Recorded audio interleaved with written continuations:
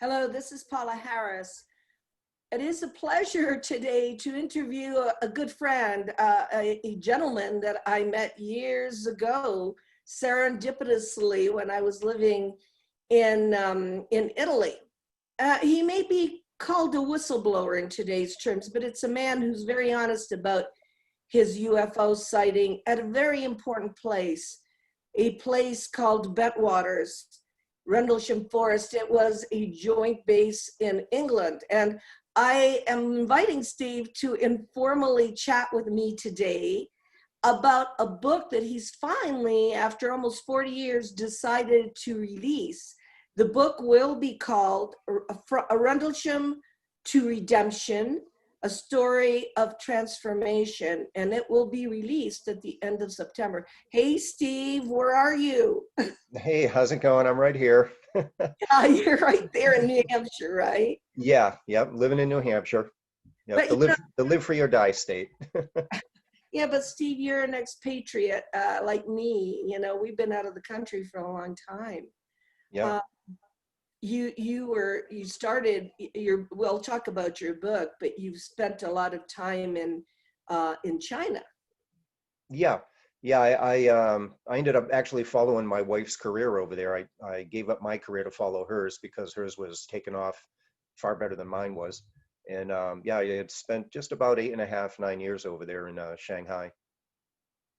It was in Shanghai. Did you travel around China when you were married? And I know you have two daughters also. Yeah, yeah, we traveled extensively around China. China is so big and there's so much culture and so much to see there. You know, of course, we always went to like first we went to the touristy spots like we had to go visit the Great Wall and we had to go see the terracotta soldiers. But then after a while, we started getting into some really small villages and real far away old ancient places, and it just culturally and some of the architecture from the ancient times was more we got more into that more than the touristy stuff. Well, So, I don't know if people noticed, but I'm wearing my Chinese jacket with dragons. We're going to talk about dragons today. I don't know. My life is very strange. In the last 3 months or so, I've been every night before I go to bed watching these ancient Chinese kung fu type Confucius spiritual Ming Dynasty type of miniseries that have like mhm, 50 episodes. So yeah, while I've been working with Steve on the book, I keep asking him what things mean because they're very esoteric. The Chinese culture I'm seeing is the ancient Chinese culture, the Taoist culture, which is spiritual. And so it's been really fun asking Steve about the spiritual angle of China, because China's changed a lot, hasn't it, Steve? yeah, quite a bit, definitely. But um, I guess from the ancient point of view, a lot of the TV series over there are very much focused on the ancient cultural aspect of it. And I don't know if it's because there's so prevalent with the Buddhist culture and the Taoist culture over there.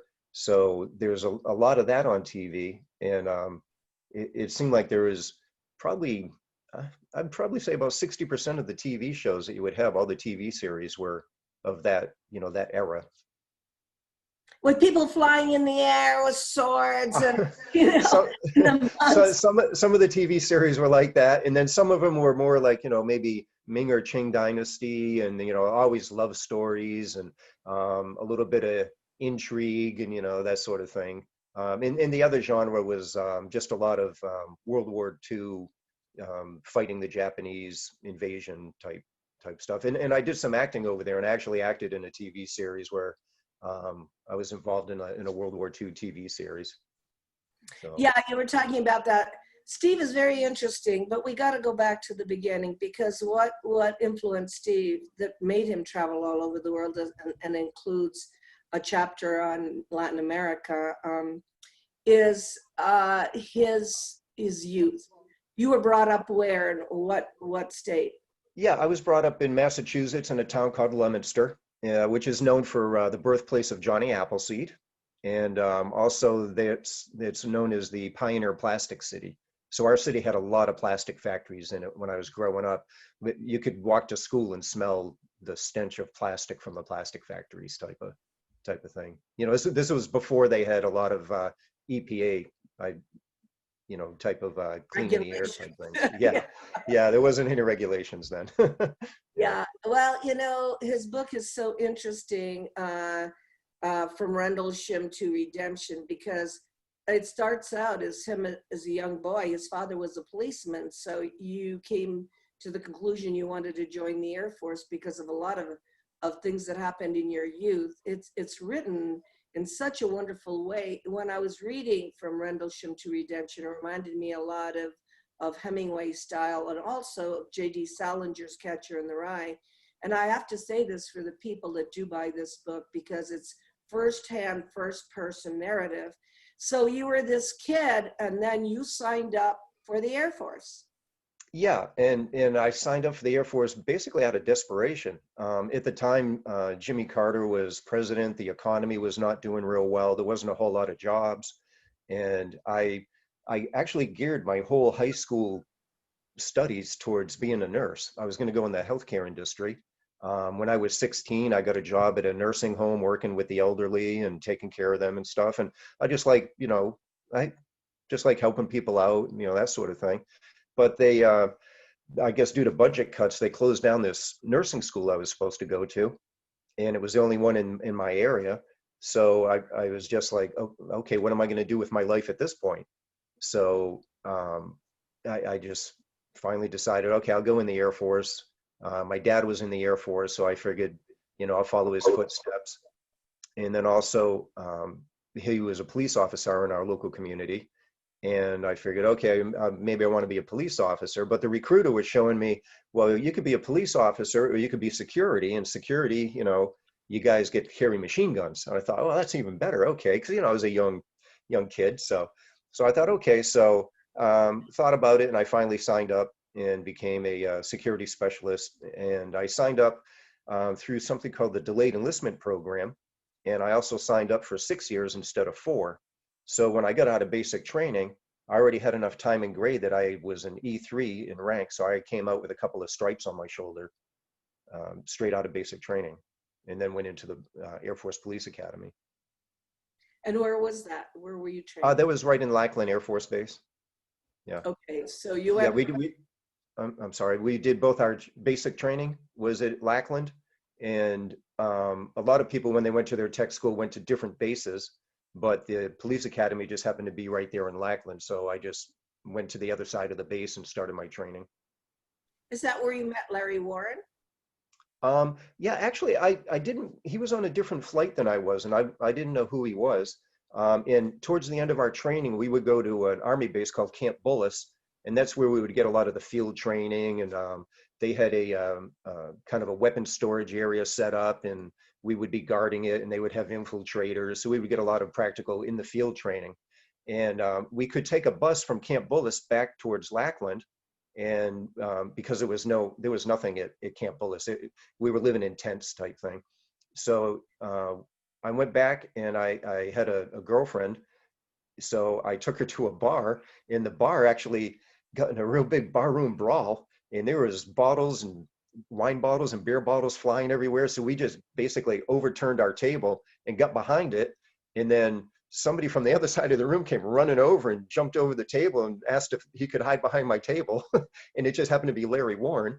And after a couple of minutes, the fight was over and things got squared away. And my girlfriend had her sister there with her. So we were all just kind of hunkered over on top of the females, making sure they didn't get injured.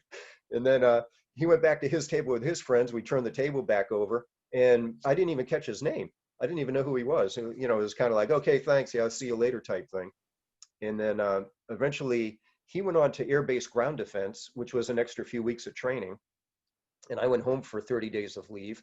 So when I arrived at Bentwaters, he was basically a couple of weeks behind me.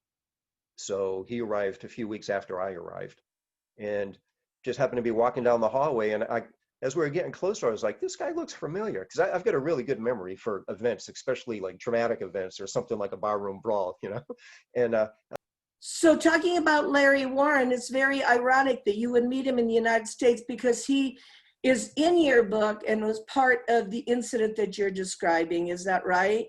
Yeah, yeah, very much so. Yep.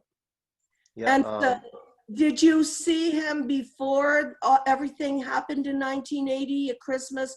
Did you see him before? Did you see him on the base? Did you see him at a bar? Did you see him? Yeah. Yeah, like I said, you know, when we first met each other, we just met each other walking down the hallway and just kind of recognized each other and joked about the bar fight that we were involved with and that we weren't really involved with, we were hiding from.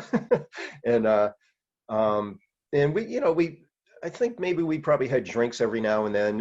It wasn't like we had a deep friendship or anything. He was on a different flight than I was, so our schedules didn't coincide. So, you know, when he had his days off, I was probably working a night shift. So it was difficult for us to actually get together at the same time. But there was a few times, and it was just kind of a casual, hey, how's it going type thing. It wasn't, you know, buddy buddy. You mentioned flights. What you mean is a flight would be like a duty, like a flight duty, a duty of guarding, security duty. Well, it'd be, I guess, the equivalent of a flight in the Army would be a platoon, maybe, would be the equivalent to that. So it was just, I was on B flight, he was on D flight. A flight was the day shift. So there was different flights and we would rotate. When we would work three, you know, we would have 3 days off. Then we work 3 days of a swing shift, 3 to 11, and then 3 days of 11 to 7, and then back to 3 days off. So the personnel, and I think that was for security reasons. So if anybody was watching us, then they could never figure out who was on duty at the same time. It was really, really hard for people to get our pattern, you know, if somebody was going to come in and do something to the base. You know, it was the height of the Cold War, so security was really high at the time. And So, it was a joint base with England, right? It was a joint, Bentwaters, Rendlesham, it was joint. well, American. it was a joint base. They called it Bentwaters Woodbridge because the bases were just about five miles apart. So all the security personnel were housed and living in Bentwaters. So it was a joint base between Bentwaters and Woodbridge. They were about 5 miles apart, and all the security personnel were housed at Bentwaters. That's where we lived, and I think it was a larger base, had better housing. And we would stay in the dormitories there. We would go to Central Security Control, which we called CSC. We would draw our weapons, get our assignments, and we would do something called guard mount. They would stand there and inspect us, make sure we were all set and ready for duty. And then those of us that were pulling duty at Woodbridge would then get in vehicles and then be driven over to Woodbridge. We would get our, you know, they would post us wherever we were posting and relieve the previous shift. So Where's East Gate? Is it on the Woodbridge or the?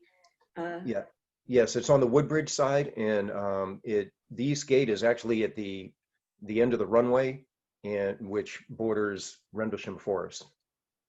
So your incident happened at the East Gate. Yes, And correct. the irony about your incident, because most of the activity, and everybody is very familiar with Jim Peniston, John Burroughs, Colonel Hall, and all the people that have come out about the incident that they went through, which was around Christmas time. Yep. Everybody, I mean, the books have come out on that. We've been talking about that. The amazing part is that your book is a singular incident and it happened around January 28th. But it's important, and I have to say as a journalist, it's important because it was a two-person witness sighting. It Yep. was up close and personal. In other words, you saw the light come up and then you saw, can you describe what you saw when you were underneath it with the other military men that's on the other side of the car, of the security car? Yeah, right. And the East Gate was closed, and we were only there to check it because people had been, I guess they had the combination to the lock, so they drive through, and sometimes they wouldn't close the gate behind them. So we were there just to check the gate. Normally that gate was closed, and you know there was nobody there. So we checked the gate, and it was a slow night, and it wasn't too cold out, so we were just kind of hanging around the car and just talking. And the first sighting because there was two parts of my sighting. There was the one we actually reported, and then there was a sighting we had afterwards that we, between the two of us, decided we'd never report. So the first sighting was lights in the sky, but the second sighting was actually a physical craft that came up the road to where the east gate was. It was a long road that led to the gate. And when this craft was over my head, it was a structured craft. I could see metal on it. Type. It was dark in color, and it was weird because my sight was kind of like tunnel visiony. And I don't know if that was from adrenaline or what was going on there. I've been in a lot of motorcycle wrecks and car crashes, and when you have an adrenaline rush like that, like when I would crash my motorcycle, I would not see the crowd. I wouldn't see anything. I wouldn't see the other bikes. All I would see was coming at me, and it's kind of like your hearing goes numb and you get tunnel vision if you're really in a high adrenaline rush when you're crashing. And I can only liken it to that. So when I was looking up at the craft, I actually had to crane my neck up, to look at it. It was right over my head. And I had my M16 on my shoulder. I never even thought of taking it off and shooting at it or anything like that. It wasn't a threat. And initially, when it was over my head, I remember saying to myself, boy, Steve, suck it up. This is going to be the greatest thing you ever saw in your life. Because I knew I was looking at a UFO. I mean, it was obvious. It made no sound. It had a few lights. It was like a yellow, a blue, and a green light, but that was in my peripheral. And it wasn't like a direct light. I just remember those colors to the side. And on the bottom, it was like a square inside of a square inside of a square, which my mind kind of interpreted it as being a hatch at the bottom. And it stayed over us for, I wasn't even, I don't know, I want to say like maybe 10 seconds or so. It wasn't that long that it was over my head.